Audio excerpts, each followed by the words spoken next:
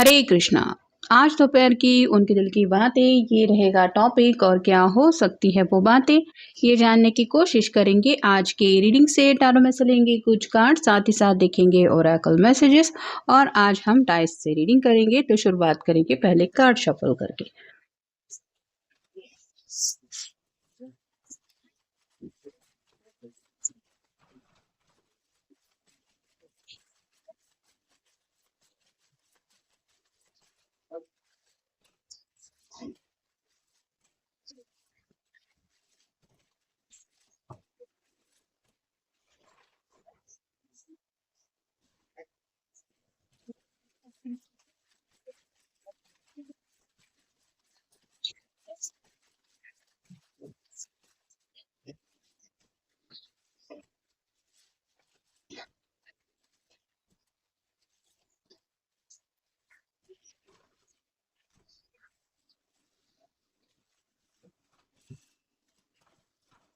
शुरुआत हो रही है प्रिंसेस ऑफ सॉर्ड से। एयर साइन है जेमिनी, लिब्रा, एक्वेरियस। फिर है नाइन ऑफ सॉर्ड्स, यहाँ पे भी एयर साइन है। नेक्स्ट है queen of pentacles, earth sign, Taurus, Virgo, Capricorn. फिर है द हैंगमैन। नेक्स्ट है two of cups, water sign, Cancer, Scorpio, Pisces. फिर है द व्हील और फाइनल कार्ड है द जजमेंट का। तो जैसे कि शुरुआत से ही पता चल रहा है ये पर्सन शायद आपके सोशल मीडिया के ऊपर काफ़ी ज़्यादा नज़रें रखे हुए है। जैसे ये आप देख सकते हैं इसके हाथ में बायनोकुलर है और ये कहीं पे तो फोकस कर रही है। इसके हाथ में भी एक शॉट है जो बताती है ये आपसे खुल के बातचीत करना चाहते हैं। अगर दोनों नो कांटेक्ट जोन में है तो ये पर्सन में भी आपकी तरफ से काफ़ी ज़्यादा इंतज़ार कर चुके हैं कॉल का, मैसेज का, लेकिन शायद आपकी तरफ से कोई रिस्पॉन्स नहीं मिल रहा है।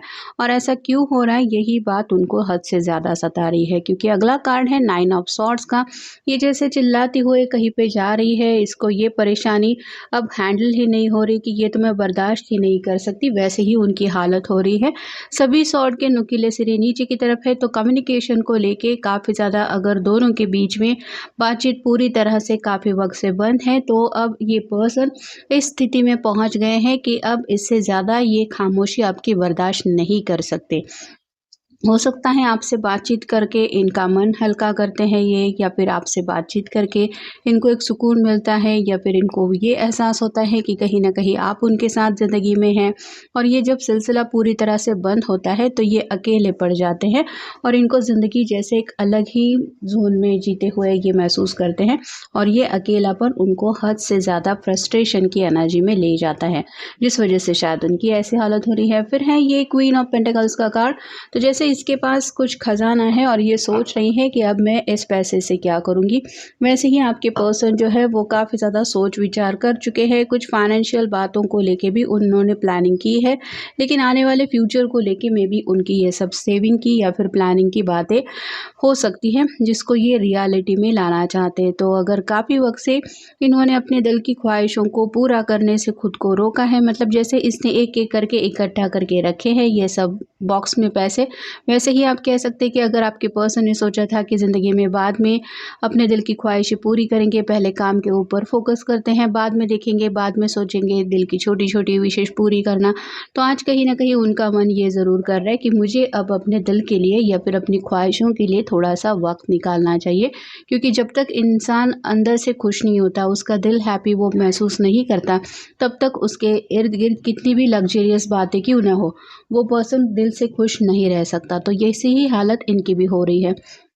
अगला कार्ड है द हैंगमैन का। स्टक फील कर रहे हैं, जो भी प्रॉब्लम है उसमें काफ़ी वक्त से ये फंसा हुआ महसूस कर रहे हैं और उनको ये ज़रूर लग रहा है कि मुझे किसी भी हालत में या तो किसी की हेल्प लेनी चाहिए इस हालात से निकलने के लिए, या फिर अपने पर्सन को बता देना चाहिए कि आखिर ऐसा कौन सी प्रॉब्लम है जिसमें मैं फंसा हुआ हूँ। क्योंकि अगला कार्ड है टू ऑफ कप्स का। आपके लिए उनके दिल में ढेर सारा प्यार ये महसूस कर रहे हैं, और जब भी ये हमसफ़र की बातें दिल से सोचने लगते हैं, आपका ख्याल उनके मन से बिल्कुल भी नहीं हटता। मतलब आपसे एक जुड़ी रोमांटिक फीलिंग तो इनके दिल में है ही, लेकिन जैसे एक सुकून सा वो महसूस करते हैं जब भी आपका साथ उन्हें याद आता है या फिर आपके साथ होने के पल वो इमेजिन करते हैं। फिर है द व्हील, समय को लेके काफ़ी ज़्यादा सोच विचार चल रहा है। यहाँ पे जैसे दो सीज़न दिखाई दे रहे हैं, एक तरफ तो स्नो है, बर्फ़ गिर रही है और यहाँ पे पतझड़ है, ये ग्रीनरीज भी है, मतलब जैसे आप कह सकते हैं बारिश के बाद हर तरफ ग्रीनरीज हो जाती है, या फिर जैसे विंटर में पतझड़ होती है और बर्फ़ वगैरह गिरने लगती है। तो इनको भी यही लग रहा है कि समय चक्र तो आगे चलता ही रहता है, और जैसे यहाँ पे सूरज की रोशनी की वजह से ये बर्फ़ भी पिघल रही है, वैसे ही हालात थोड़े थोड़े ही सही लेकिन चेंज हो रहे हैं या हो सकते हैं। तो जो भी प्रॉब्लम्स है वो भी, अगर प्रॉब्लम्स इनको सता रहे हैं तो वो भी है, अगर प्रॉब्लम्स तो उनका भी कुछ ना कुछ सोल्यूशन ज़रूर मिल सकता है, या फिर वो प्रॉब्लम्स भी हल हो सकते हैं। और फाइनल कार्ड है जजमेंट का। तो ऊपर वाले से दुआएं प्रार्थनाएं कर रहे हैं, ब्लेसिंग्स मांग रहे हैं, कहीं ना कहीं थोड़ी सी अवेकनिंग भी शायद इनकी चल रही है, जिस वजह से ज़िंदगी को सीरियसली भी ले रहे हैं। और आप कह सकते हैं कि लाइफ की तरफ देखने का एक नज़रिया अलग ही चेंज होता हुआ उनको दिल से महसूस हो रहा है। नेक्स्ट है एजेंडा। अब जो इनका पूरा फोकस है वो शायद प्यार की तरफ है, या प्यार की मंजिल को पाने की तरफ है। ऐसा नहीं कि पहले ये पर्सन प्यार को लेके सीरियस नहीं थे, लेकिन फ़िलहाल जो सीरियस यानी कि मेन बात इनके दिलो दिमाग में 24 घंटे आप कह सकते हैं अगर चल रही है, तो बस यही है कि मुझे वो खुशी पानी है जिस खुशी के लिए मैं तड़पता हूँ या तरसता हूँ। फिर है सीक्रेट्स। अपने दिल की जो हालत हो रही है, जो तड़प रहे हैं, या फिर जो फ्रस्ट्रेशन की एनर्जी ये महसूस कर रहे हैं, उस बात को ये आपके सामने रखना चाहते हैं। नेक्स्ट है क्रिमिनल एक्टिविटी।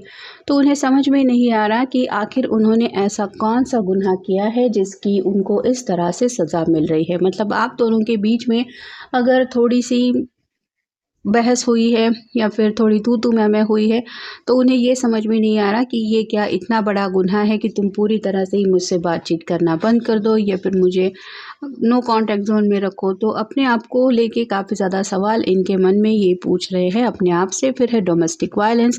ये कार्ड भी वही बताता है कि शायद किसी किसी के बीच में लड़ाई झगड़ा इस तरह से हुआ था कि दोनों ने मे बी ये एक दूसरे को कहा था कि आगे से हम दोनों एक दूसरे से नहीं मिलेंगे, क्योंकि मैं तंग आ गया हूँ तुमसे या फिर तुम्हारी हरकतों से। तो जैसे एक बात का बतंगड़ बन जाता है, वैसा भी शायद किसी किसी के साथ हुआ हो सकता है। नेक्स्ट है बिट्रेयल।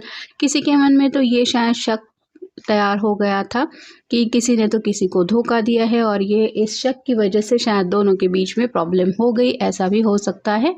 और नेक्स्ट है पिटी आर्ग्यूमेंट। तो जैसा कि एक के बाद एक कार्ड्स आ रहे हैं, कई बार किसी और पर्सन की वजह से भी जाने अनजाने में किसी के मन में कुछ शक या फिर आप कह सकते हैं ऐसा वहम पैदा हो जाता है कि कहीं ये पर्सन मुझे चीट तो नहीं कर रहा। वैसा ही अगर किसी के बीच में एक आर्ग्यूमेंट हुआ है, तो ये इस आर्ग्यूमेंट की वजह से शायद आप दोनों बातचीत नहीं कर रहे।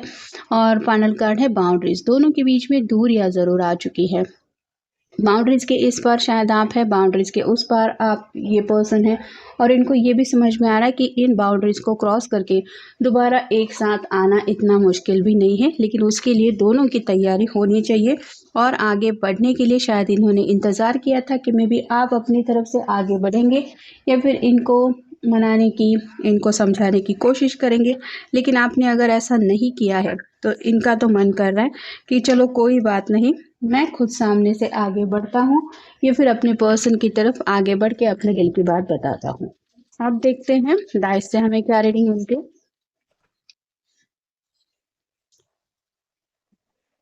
किसी किसी का साइन शायद थोड़ा सा आप कह सकते हैं लिब्रा वगैरह भी हो सकता है, मतलब कहीं ना कहीं थोड़ी सी जस्टिस की बातें भी इनके मन में चल रही है। किसी का लियो हो सकता है, और शायद पिछले 6 दिनों से में भी आप दोनों के बीच में बातचीत नहीं हो रही। ये पर्सन काफ़ी ज़्यादा अकेले पड़ गए हैं।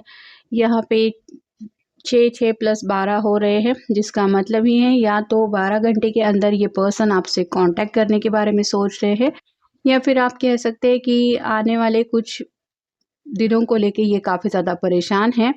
स्पेसिफिकली 12 दिनों के बाद शायद कुछ ऐसा स्पेसिफिक डेट हो सकता है जहाँ पे किसी का बर्थडे है, या फिर कुछ इन्होंने प्लानिंग किया था। यहाँ पे जेमिनी भी किसी का साइन हो सकता है। अगर जेमिनी है तो ड्यूअल साइन होता है, डिसीजन मेकिंग कर नहीं पा रहे हैं, और ये जेमिनी वाले थोड़े कम्युनिकेटिव होते हैं, मतलब फ्रेंडशिप अच्छी खासी, किसी से अगर अनजान इंसान से भी बात करने लगे तो भी ऐसा सामने वाले देखने वाले इंसान को लगता है कि इन दोनों की तो न जाने पिछले कई दिनों से काफ़ी गहरी दोस्ती होगी, लेकिन ऐसा होता नहीं है। वो सिर्फ उनका बातचीत करने का अंदाज़ होता है कि खुल के बातचीत करते हैं, मतलब स्ट्रेंजर से भी ये इस तरह से घुल मिल जाते हैं जैसे उससे कुछ गहरा रिश्ता हो सकता है। ऐसी ही कुछ मिसअंडरस्टैंडिंग किसी के बीच में हो चुकी है जिस वजह से बातचीत बंद है। और जैसे कि एरीज का सिंबल बताता है कि स्टबर्ननेस की एनर्जी काफ़ी ज़्यादा है, मतलब अगर किसी ने कुछ ऐसी गलती की भी नहीं है तो भी उसके मन में यही बात चल रही है कि जो मैंने किया नहीं है उस बात के लिए मैं क्यों कुछ एक्सप्लेनेशन दूँ। तो कई बार जब इंसान के ऊपर कुछ ऐसे आरोप लग जाते हैं जो आरोप उसको पता होता है कि ये सच नहीं है, तो इंसान रेडी नहीं होता उन आरोपों को लेके कुछ अपनी तरफ से एक्सप्लेनेशन देने के लिए, क्योंकि ये कई बार बर्दाश्त के बाहर की भी बातें होती है। अगर ऐसा कुछ हो चुका है तो शायद इसी पॉइंट ऑफ व्यू की वजह से ये पर्सन बातचीत करने के लिए खुद को रोक रहे थे कि जब मैंने कुछ किया ही नहीं है, ये तो सिर्फ उसके मन में शक है या फिर उसके मन का वहम है, तो मैं क्यों कुछ क्लैरिटी दूँ। और इनको जब से लग रहा है कि शायद इस बात की वजह से इस रिश्ते में काफ़ी ज़्यादा खराबी आ रही है या आ सकती है, और भी ज़्यादा इस रिश्ते को प्रॉब्लम से गुजरना लग सकता है, तो ये सोच रहे हैं कि मैं अपनी तरफ से बातें क्लियर करने की कोशिश क्यों ना करूं, या फिर बातों को लेके एक अलग पड़ाव तक ले जाने की कोशिश क्यों ना करूं। तो जैसे हैंगमैन के कार्ड में भी हमने देखा स्टक फीलिंग काफ़ी ज़्यादा है, मतलब जो इन्होंने किया नहीं है उस बात को आपके सामने रखने की जो इनकी स्थिति है वो मन की, इनको भी काफ़ी ज़्यादा एक डिस्टर्बेंस एनर्जी ज़रूर फील हो रही है कि कैसे मैं समझाऊंगा या समझाऊंगी, मतलब उस बात को साफ साफ कहना या फिर उस बात को लेके कुछ क्लैरिटी देना, ये उनके लिए भी शायद थोड़ा सा उनका दिल तैयार नहीं हो रहा था, जिस वजह से शायद इन्होंने भी वक्त लिया था, लेकिन ये बातचीत करने के बारे में सोच ज़रूर रहे हैं। तो ये था आज का रीडिंग, जनरल रीडिंग है। मिलेंगे नेक्स्ट रीडिंग में। Have a nice day.